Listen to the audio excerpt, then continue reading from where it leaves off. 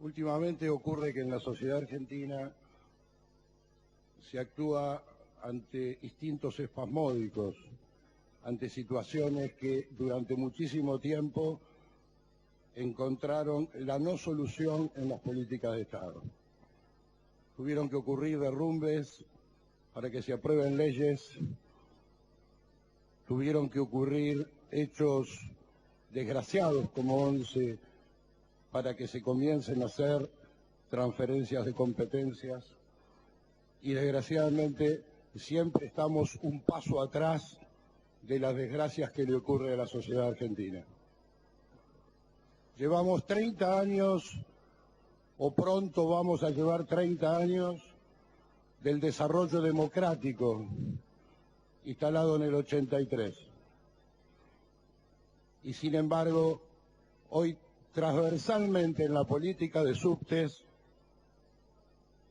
existen paradojas, arbitrariedades, mentiras, calumnias, falta de respeto a ambas constituciones, falta de mecanismo democrático para someter en general a la sociedad y a los órganos deliberativos o parlamentarios las problemáticas que se vienen desarrollando durante muchísimo tiempo.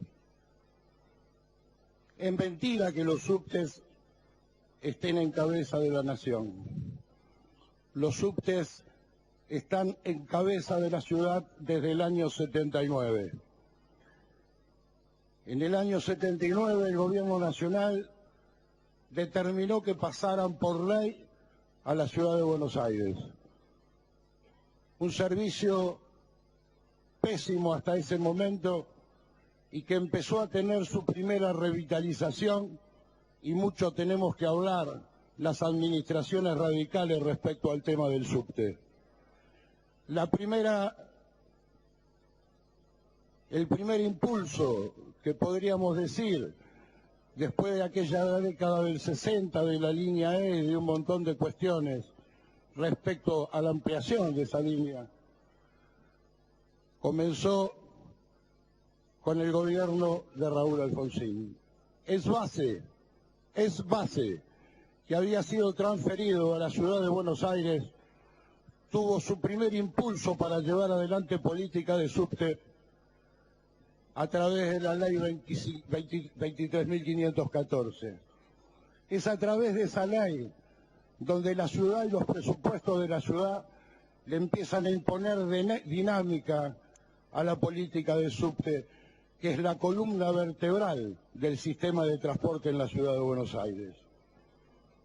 Esta política plagada de arbitrariedades, y que también las tuvo el principio de la década del 90 en la gran crisis económica que tuvo la República, porque esa fue la primera confrontación que perdió la democracia desde el 83 en adelante con los grandes grupos económicos que intentaban imponer un proceso privatizador.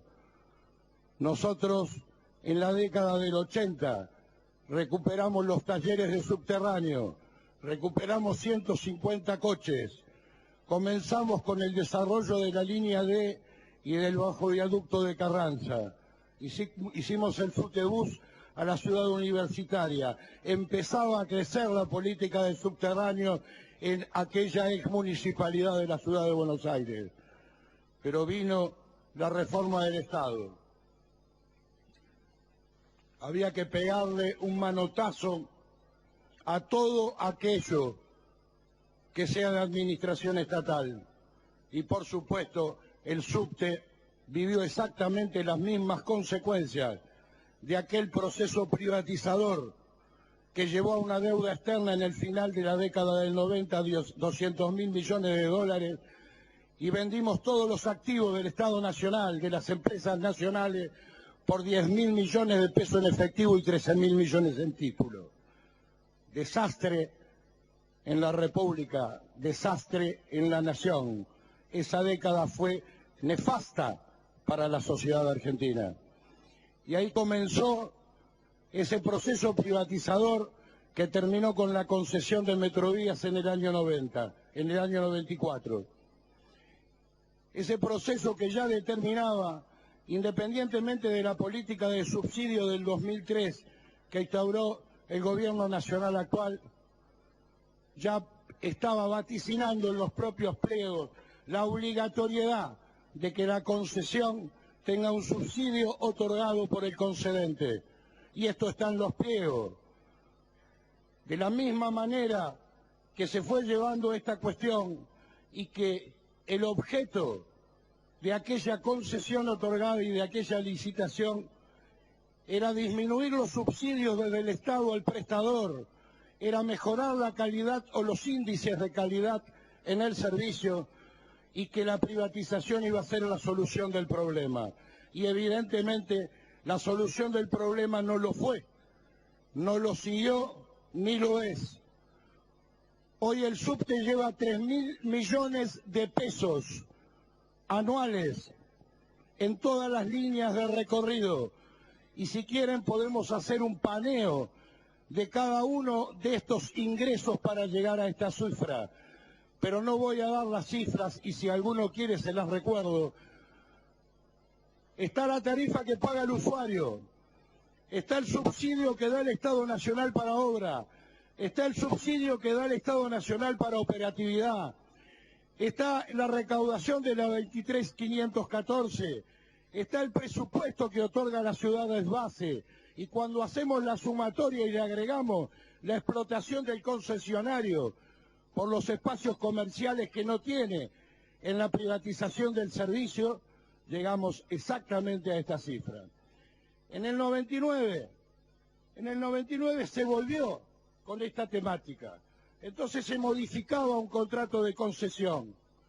En ese contrato de concesión, donde la empresa privatizadora o concesionaria dejaba de abonar el canon, tenía que realizar obras de la misma manera que el Estado Nacional tenía que cumplir su cronograma de obra. ¿Pero qué pasó? Vino la emergencia económica. Con la emergencia económica apareció el decreto 2075. ¿Y el decreto 2075 qué decía? Que el concesionario ya no tenía ni la obligación ni los derechos de cumplir con lo que tenía pactado en aquellos pliegos de concesión. Y ahí apareció nuevamente la administración radical. Postulamos en ese consorcio de instituciones del Estado, de la Nación y de la ciudad, el traspaso de la concesión que quedó grabada en el decreto 393. Ahí dijimos, ahora tenemos Constitución, ahora tenemos esa ley SNOPE que le debe todo lo que le debe transferir a esta ciudad. Por lo tanto, pedimos que se transfieran esos contratos de concesión en marco de la ciudad de Buenos Aires. Esa fue otra de las batallas ganadas desde un gobierno jurisdiccional en el marco federal.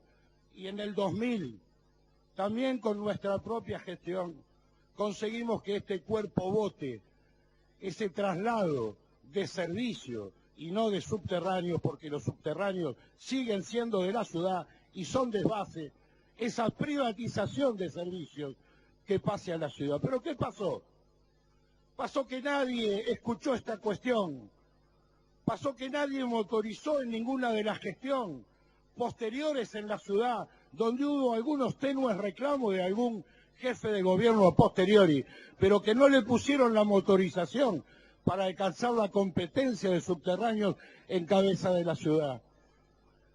El gobierno nacional tampoco, durante todo este tiempo, decidió darle las competencias que tiene que tener por obligación de la 24.580. Diputado, le pido que vaya cerrando. Sí, voy a tomar el tiempo de mi compañero de bancada, señora presidenta. Por lo tanto, no se cumplió con la 24.588 ni con esto.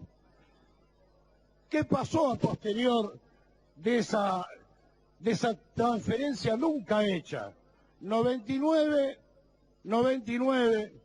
con ley 2000, se tardó exactamente 12 años para que los que vivían en un limbo y a los que le convenía manejar las privatizaciones del 90 durante tanto tiempo, que manejaban miles de millones de dólares o de pesos, se quedaron con una privatización que no le convenía dejar y que le convenía manejar.